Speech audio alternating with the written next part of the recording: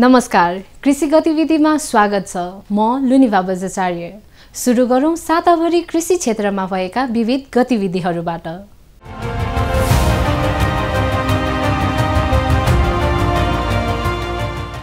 कृषि तथा पशुपन्छी विकास मन्त्रालयमा एक कार्यक्रमका बीच नेपाल सरकारको निर्णय बमोजिम कृषि तथा पशुपन्छी विकास मन्त्रालय पशुपन्छीतर्फको सचिव पदबाट कृषितर्फको सचिव पदमा सरुवा हुनुभएका सचिव डाक्टर कृष्णप्रसाद आचार्य र नेपाल सरकारको निर्णय बमोजिम बढुवा भई कृषि तथा पशुपन्छी विकास मन्त्रालयमा पदस्थापना हुनुभएका सचिव डाक्टर गोविन्द प्रसाद शर्मालाई साउन 27 गते मन्त्रालयका तर्फबाट स्वागत कार्यक्रम आयोजना गरिएको थियो। किसान आयोगका प्रतिनिधि, मन्त्रालयका महाशाखाका प्रमुख, विभागका महानिर्देशक, केन्द्रीय कार्यालय आयोजनाहरूका प्रमुख, समिति, संस्थान, बोर्ड, कम्पनी, कर्मचारी र पत्रकारहरूको उपस्थिति रहेको उक्त कार्यक्रममा मन्त्रालयका सहसचिव प्रकाश कुमार सञ्जेलले स्वागत मन्तव्य व्यक्त गर्दै सचिव पदमा डाक्टर गोविन्द प्रसाद शर्माको बहालीसँगै नयाँ पुस्ताको आगमन भएको भन्नुभयो। मन्त्रालयको तर्फबाट, मन्त्रालय र माता अधिकारीको तर्फबाट, मेरो व्यक्तिगत तर्फबाट, रायको उपस्थित सम्पूर्ण आदरणीय महानुभावको तर्फबाट म बधाई एवं शुभकामना व्यक्त गर्न चाहन्छु। दुवैजना आदरणीय व्यक्तित्वहरू प्राज्ञिक हुनुहुन्छ, दुवैजना पिएचडी गर्नुभएको छ। उहाँहरूको निकै लामो समय नेपाल सरकारको विभिन्न निकायहरूमा रही उहाँहरूले अनुभव हासिल गर्नुभएको छ, दक्षता हासिल गर्नुभएको छ र त्यसको साथसाथै उहाँहरू दुईजनाकै स्वभाव एक किसिमको हकी र सुशासन उन्मुख किसिमको उहाँको हामीले छोटो समयमा पनि त्यो अनुभव गरेकै छौँ। विशेष गरी आजै मात्रै पदस्थापन यस मन्त्रालयको पशुपन्छी विकास तर्फ पदस्थापन भएका डाक्टर गोविन्द प्रसाद शर्माज्यूको आगमनसँगै यो सचिव पदमा युवा पुस्ताको पनि आगमन सुरु भएको छ।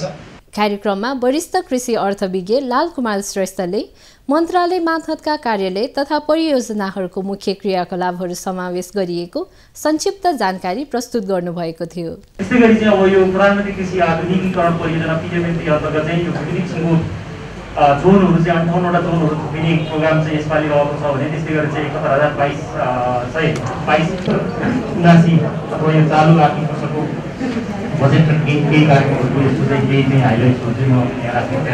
उक्त कार्यक्रममा बोल्दै सचिव डाक्टर गोविन्द प्रसाद शर्माले किसानहरूको समस्याहरूलाई पहिचान गर्दै कृषकहरूको दृष्टिकोणबाट कृषिको नीतिहरू निर्माण तथा कार्यान्वयन गर्नुपर्ने कुरामा जोड दिनुभएको थियो।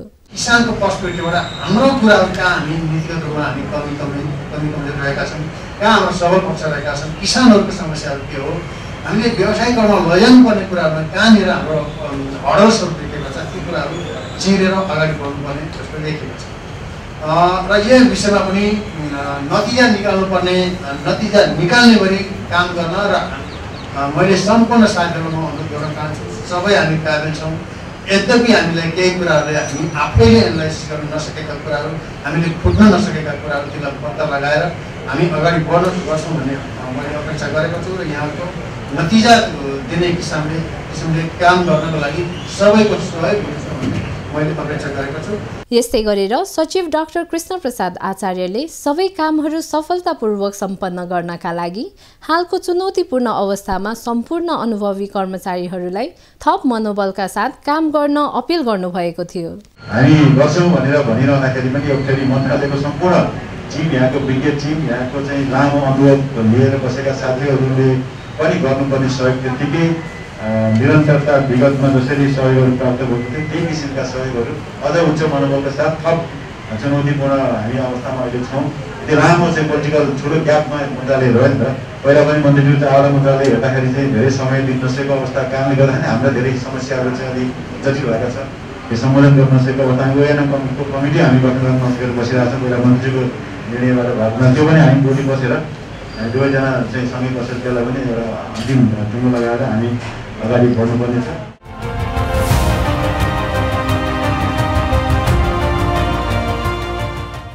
यस्तै गरेर कृषि विभागले सचिव डाक्टर गोविन्द प्रसाद शर्मालाई विभागको महानिर्देशक पदबाट बढुवा भई कृषि तथा पशुपन्छी विकास मन्त्रालयमा पदस्थापना हुनुभएकोमा साउन 27 गतेका दिन विदाई कार्यक्रम गरेको छ। जानुका पण्डितको अध्यक्षतामा आयोजित उक्त कार्यक्रममा वरिष्ठ कृषि प्रसार अधिकृत शिवसुन्दर घिमिरेले विदाई मन्तव्य दिँदै सचिव डाक्टर गोविन्द प्रसाद शर्माको जागिरे जीवनको चर्चा गर्नुभएको थियो। सचिवज्यूलाई नेपाल सरकार मन्त्री परिषदको निर्णयबाट विशेष श्रेणीबाट आउनुभएकोमा यस विभागको तर्फ र मेरो तर्फबाट बधाई दिन चाहन्छु। अब नोकरीको यो क्रममा उहाँले 2052 असार 22 गते त्यो बेला चाहिँ सहायक भनेको सहायक कृषि प्रसार अधिकृत एक्सटेन्सन समूहमा चाहिँ उहाँको नाम निस्केर उहाँले कृषि विकास कार्यालय असममा सेवा प्रवेश गर्नुभयो।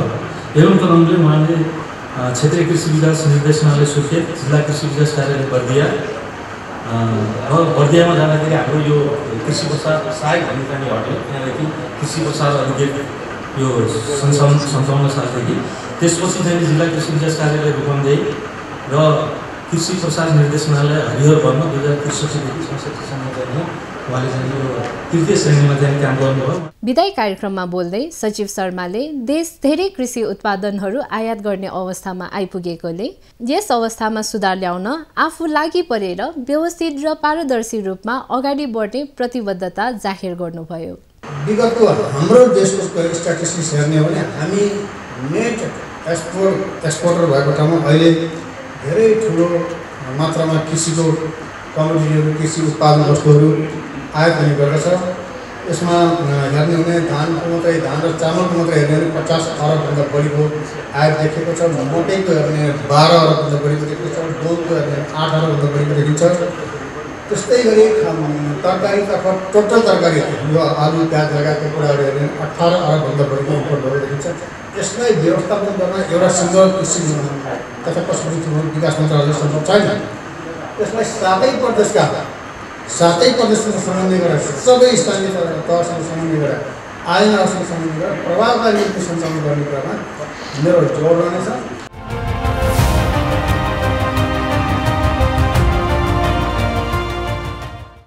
हाल कृषि तथा पशुपन्छी विकास मन्त्रालयमा कार्यरत सचिव डाक्टर योगेन्द्र कुमार कार्कीले उमेर हदका कारण निजामती सेवाबाट अवकाश पाउनु भएको छ। आफ्नो सेवा कार्यकाल सफलतापूर्वक सम्पन्न गरेर अवकाश पाउनुभएका श्री कार्कीलाई कृषि तथा पशुपन्छी विकास मन्त्रालयले एक विदाई कार्यक्रम आयोजना गरी सम्मान प्रदान गरेको छ। कृषि मन्त्रालय अन्तर्गतका निकायमा लामो समय काम गर्दा कृषि क्षेत्रको सुधारका लागि उहाँले गरेका केही उल्लेख्य कार्यहरूको सम्झना गर्दै श्री कार्कीले मन्त्रालयको नेतृत्व सम्हालेपछि दीर्घकालीन महत्त्व राख्ने निर्णय गर्न सफल हुनुभएको समेत उल्लेख गर्नुभएको थियो।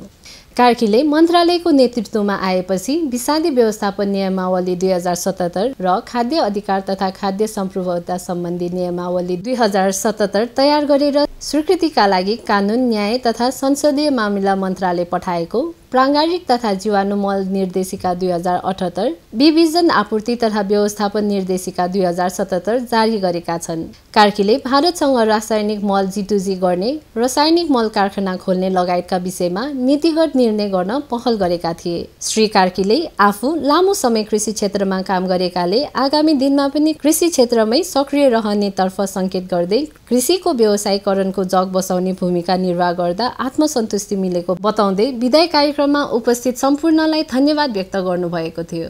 मलाई एउटा भव्य रूपमा, सभ्य रूपमा, सम्मानका साथ भावी जीवन सफल होस्, भावी जीवन अझ उर्वरशील होस्, भावी जीवन अझ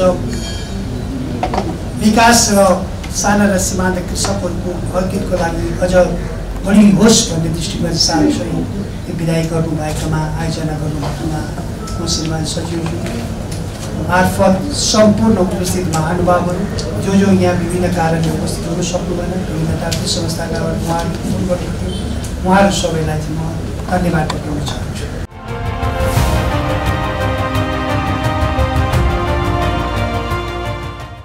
कृषि विभागले आफ्ना मातहतका निकाय तथा आयोजनाहरूको आर्थिक वर्ष 2077-78 को विभाग स्तरीय तृतीय चौमासिक तथा वार्षिक समीक्षा गोष्ठी साउन 10 गते सम्पन्न गरेको छ। कृषि विभागका तत्कालीन महानिर्देशक डाक्टर गोविन्द प्रसाद शर्माको अध्यक्षतामा सम्पन्न उक्त कार्यक्रममा तत्कालीन सचिव डाक्टर योगेन्द्र कुमार कार्की र सचिव कृष्ण प्रसाद आचार्यको प्रमुख आतिथ्यता रहेको थियो। उक्त कार्यक्रमको पहिलो सत्रमा कृषि विभाग अन्तर्गतका केन्द्रहरूले आआफ्नो प्रगति प्रतिवेदन प्रस्तुत गरेका थिए। One is introduced in the 2019, which is not in this picture. समग्रमा हाम्रो विभिन्न फार्म केन्द्रहरूको मतलब जग्गाको उपयोगिता के छ कस्तो छ भन्ने कुराहरू सरस्वती राखिएको छ। विभिन्न शाखाबाट चाहिँ विभिन्न प्रादेशिक तथा अन्य निजी स्तरबाट सञ्चालित भएका प्रयोगशालाहरू नतिजाको चाहिँ हामीले एकमुष्ट डकुमेन्टेसन गर्ने काम चाहिँ सम्पन्न गरेका थियौँ। अर्ग्यानिक उत्पादनतिर कसरी लैजाने भन्ने पाटोमा हामी चाहिँ वरिष्ठ किसिमका काम गरेका थियौँ। सन् 2011देखि सन् 2018सम्म प्रथम पेज सकिएको र 2018देखि 2023सम्म लिइसकेको छ। प्रगति हेर्ने भने वार्षिकमा हाम्रो केन्द्रको हरेक 28% मात्रै वित्तीय 22% मात्रै के हो भन्दाखेरि 10 करोड बजेटमा यो कागेश्वरी र मनोराको 3 करोड तारकेश्वरको 3 करोड 6 करोड त्यो गर्न सकिएर त्यो घटिहाल्यो। अहिलेसम्मको रिजल्ट हामी यो 2076-3-22 देखि 2076-5-19 एउटा सर्वे गरेका थियौँ। त्यसको रिपोर्ट चाहिँ म यहाँ प्रस्तुत गर्न चाहन्छु। आजको हाम्रो कन्टेन्ट चाहिँ बिमाको क्षेत्र, हामीले कुन कुन क्षेत्रमा चाहिँ यो बिमा व्यवसाय गर्छौँ भन्ने छ र अर्को बिमा लेखहरू हामी इन्सुरेन्स पोलिसीलाई बिमाको भाषामा बिमा लेख भन्छौँ। त्यसै गरी हामीलाई नयाँ बिमा लेख के माग भएको छ र अहिलेसम्म हामीले कस्तो प्रगति गर्यौँ तथ्याङ्कमा केही थोरै देखाउने प्रयत्न हामीले गरेका छौँ। कृषि विभाग मातहतको सम्पूर्ण कार्यालयको दर्पण दिँदा 28.50% रिक्त रहेको छ, जसमध्ये प्राविधिकतर्फ 255 जना पदपूर्ति छ। वार्षिक प्रगति चाहिँ 0.6 वित्तीय र भारी तेस्रो चौमासिक र वार्षिकमा चाहिँ 27.05, किनभने यसमा तालिमहरू थियो त्यो चाहिँ हामीले गर्न सकेनौँ। कृषि विभागले भनेको फार्म केन्द्रहरूको प्रगति, फार्म केन्द्रले कति काम गर्न सक्छन् त्यसको आधारमा हाम्रो उपस्थिति किसानसम्म देखिने हो।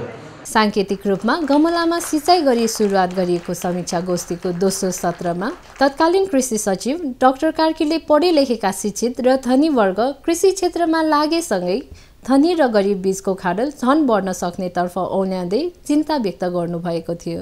अब कृषि व्यवसायको नाममा खाडल झन ठुलो हुन थाल्यो।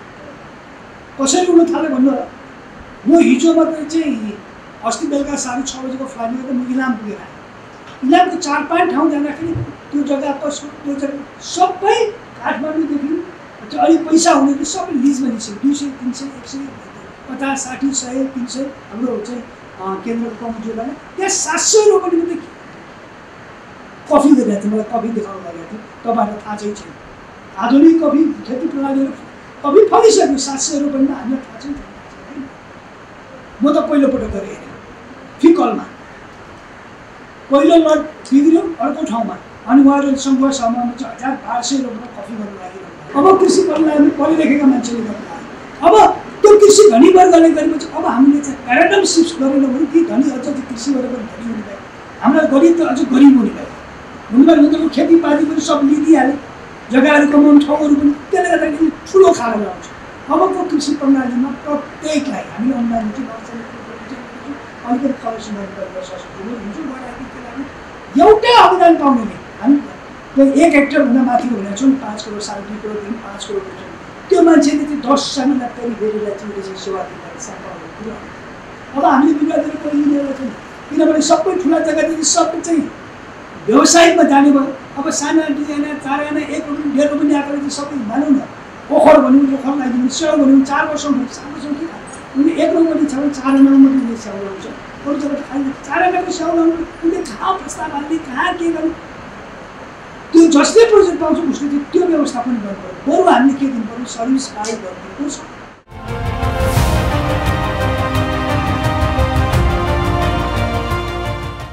यस्तै गरी पशु सेवा विभागले पनि आफ्नो चौमासिक तथा वार्षिक प्रगति समीक्षा गोष्ठी गएको साउन 11 गते विभागस्थित थीर बहादुर सिंह सभा हलमा सम्पन्न गरेको छ। पशु सेवा विभागका महानिर्देशक डाक्टर दमयन्ती श्रेष्ठको अध्यक्षतामा आयोजित उक्त कार्यक्रमको उद्घाटन कृषि तथा पशुपन्छी विकास मन्त्रालयका सचिव डाक्टर कृष्ण प्रसाद आचार्यले पानसमा बत्ती बालेर गर्नुभएको थियो।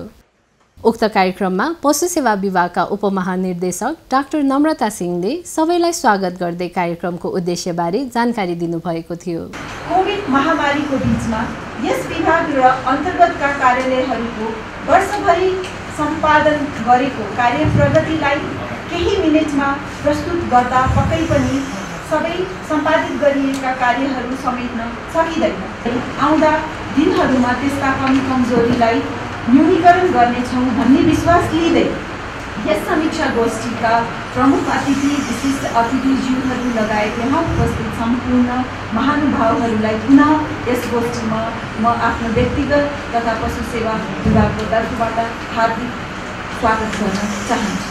कोरोना महामारी र बन्दाबन्दीको अवस्थामा पनि पशु सेवा दिन सफल भएकोमा पशुतर्फका सचिव कृष्ण प्रसाद आचार्यले सबैलाई बधाई तथा शुभकामना व्यक्त गर्नुभएको थियो। जहाँसम्म वार्षिक प्रगति समीक्षा र तेस्रो चौमासिक समीक्षाको कुरा छ, पशु सेवा विभाग र विभाग अन्तर्गतका सम्पूर्ण कार्यालय प्रमुखहरू कर्मचारी साथीहरूलाई मेरो तर्फबाट हार्दिक शुभकामना र बधाई व्यक्त गर्न चाहन्छु। तपाईँहरूले जुन परिस्थितिमा काम हामीले गरेका छौँ, जस्तो अवस्थाबाट हामी गुज्रिएर बजेट ढिलाउने अनि त्यो कार्यक्रमहरू फेरि कार्यान्वयन गर्ने बेलामा बन्दाबन्दी अथवा निषेधाज्ञाको अवस्था रह्यो, त्यसका बावजुद पनि अत्यावश्यक सेवामा फेरि काम दिनुपर्ने होइन, किसानहरूसँग प्रत्यक्ष जोडिएको किसानहरूलाई फाइदा पुग्ने र आम जनसरकारको विषयहरूमा एउटा उत्प्रेरणाको भावना लिएर उच्च मनोबल राखेर काम गर्नुभएको कारणले नै यो उपलब्धि हासिल हुन सकेको भन्ने मलाई लागेको छ। त्यसको लागि शुभकामना व्यक्त गर्छु।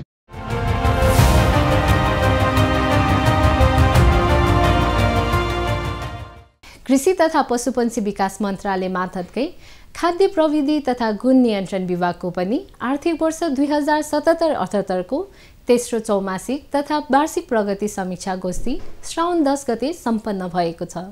तत्कालीन कृषि सचिव योगेन्द्र कार्कीद्वारा पानसमा बत्ती बालेर सुरु गरिएको उक्त कार्यक्रममा कृषि सचिव कार्कीले गुण नियन्त्रण विभागको काम चुनौतीपूर्ण रहेको जनाउनुभयो। यसको कार्यलाई अझ बढी प्रभावकारी बनाउन थप जनशक्ति आवश्यकता पर्ने भएकाले विभागले झन् धेरै क्रियाशील भई कार्य गर्नुपर्नेमा जोड दिनुभयो। साथै भविष्यमा आउन सक्ने अवजसलाई सामना गर्नुपर्नेतर्फ औल्याउँदै विभागले आफ्नो कार्यमा तदरुपताका साथ लाग्नुपर्नेमा सचेत गराउनुभयो। हाम्रो गुणस्तरलाई चाहिँ अब अझ हामीले चाहिँ धेरै नै मापदण्ड गर्नुपर्ने छ। म हिजो छलफल गरिरहेको थिएँ कफी मात्रै, हामी कतिवटा काठमाडौँ उपत्यकामा पनि 30,000 प्लस चाहिँ कफी बिक्री गर्ने रेस्टुरेन्ट होटलहरू छन् भन्छ सानो सानो। हामीले खाने कफी कहिले कहाँको कहिले कहाँ, हामीसँग यो रेस्टुरेन्टमा नेपालको कफी चाहिँ हाम्रो चाहिँ 275 मेट्रिक टन प्रोडक्सन है, अनि हाम्रो खपत चाहिँ 1900 मेट्रिक टन चाहिँ भइरहेछ। अनि जहाँ गए पनि कहाँ भन्दा नेपालकै भनेर खानिदिरहेको छु, खाइरहेको छु। अब प्रोडक्सन के त्यति धेरै हुनु पऱ्यो, नत्र भने त बाहिर हुनु पऱ्यो। एटलिस्ट हामीले त्यो बिक्री गर्ने मान्छेले नेपालको कफी फलाउनु हुँदैन भन्दाखेरि coffee Nepali, coffee Indian, coffee कामराजु, त्यति पनि ग्रेडिङ हामीले गर्नु पऱ्यो। हाम्रोमा त के भने नेपाली कफीको नाममा हामीले चाहिँ बाहिरको कफीहरू चाहिँ, अनि फेरि बाहिरको आउने त इन्डियाको आउने त रोबस्टा नै हो। अरबिका यतिमा चाहिँ रोबस्टा यति मिसाइदिने हो, सिम्पल। हामीले खाइरहने कफी मलाई लाग्यो है, म गलत हुनुहुन्छ मैले देखिरहेको कफी नै भन्दा पनि एउटा कुरा गरेर यस्ता चाहिँ धेरै कुरा, यसलाई पहिलेसम्म कसरी घेर्ने भन्ने विषयवस्तु त्यति सजिलो छैन। असाध्य धेरै जनशक्ति चाहिए र असाध्य धेरै गाली खाने छु। अदालतमा मुद्दा चलाउने भनेको चाहिँ अर्ध न्यायिक अधिकार प्राप्त निकायका आफूले चाहिँ जस पाउने काम हो, अब्जस पाउने काम, तर राज्यको तर्फबाट गर्ने काम।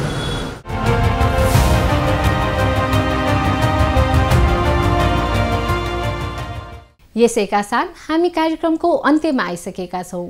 यहाँहरूसँग कृषि सम्बन्धित जानकारीमूलक तथा प्रविधि प्रसार सम्बन्धी कार्यक्रमहरू छन् भने हामीलाई सम्पर्क गर्न सक्नुहुनेछ। अर्को हप्ता फेरि नयाँ कृषि गतिविधिहरू लिएर आउने नै छौँ। तबसम्मका लागि म लगायत सम्पूर्ण टिम बिदा माग्न चाहन्छौँ। नमस्कार।